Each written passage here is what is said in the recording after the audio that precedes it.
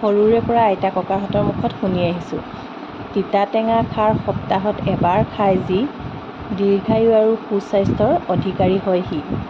মোৰ আখলতো এই তিনিটা বস্তু প্ৰায়ে থাকেই। আজি বনালোঁ মাটি দাইলৰ খাৰ। মাটি দাইল আৰু অমিতা দেখাৰ লগে লগে মোৰ মানে কি হয় নাজানো, খাৰ খাওঁ খাওঁ লাগেই। অমিতাটোতো প্ৰায়ে খাৰ বনাই খাওঁ। এয়া প্ৰথমে মই ধুনীয়াকৈ মাটি দাইলখিনি ধুই পেলাই টুকি থ'লোঁ আৰু লগতে এয়া নহৰু অলপ থেতালি লৈছোঁ আৰু এয়া অমিতা ডাঙৰ ডাঙৰকৈ টুকুৰা কৰি কাটি লৈছোঁ।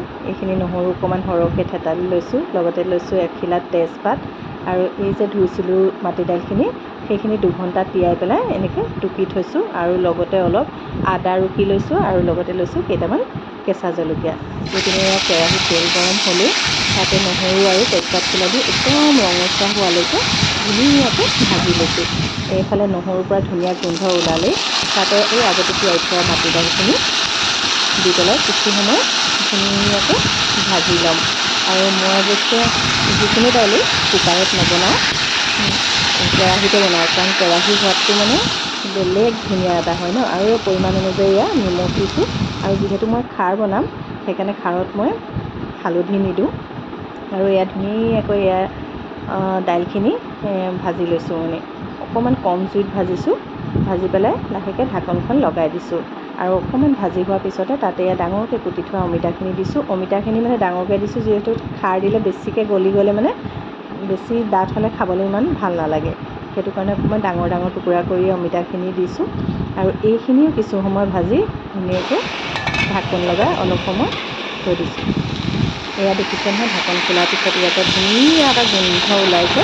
তাতে মই উতলা পানী দি দিছোঁ আৰু লগতে এইফালে কলৰ বাকলি এটা পুৰি লৈছোঁ। কলাখাৰ ঘৰতে বনাওঁ দেই। তাৰপিছত এইখিনি খাৰ উলিয়াই ল'লোঁ আৰু এইফালে ধুনীয়াকৈ উতল আহিলেই নহয় তাতে খাৰখিনি দি দিছোঁ। এইপিনে খাৰখিনি দি পেলাই অলপ ঢাকোন লগাই দিছোঁ আৰু আনফালে আলু কেইটামান বইল কৰি লৈছোঁ। এই যে পিঁয়াজ দি যে পকা তেলকণ মাৰোঁ আলুত, খাই যে ইমান সোৱাদ লাগে নহয়, আপোনালোকে খাই নাই বাৰু এনেকৈ জনাবচোন দেই। তাৰপিছত এইফালে এয়া ধুনীয়াকৈ দাইলৰ উতল আহিলেই তাতে সেই ৰুকি থোৱা আদাখিনি দি দিছোঁ।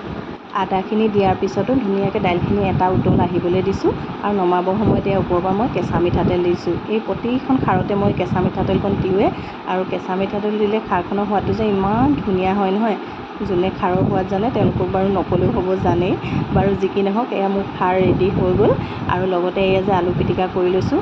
গৰম গৰম ভাতৰ লগত খাৰ আৰু এই আলু পিটিকাটো হ'লে বেলেগ সোৱাদৰ কথা আৰু ভাবিবই নোৱাৰি। সঁচাকৈ আপোনালোকেও ভাল পায়নে বাৰু এনেকৈ খাই, জনাবচোন দেই।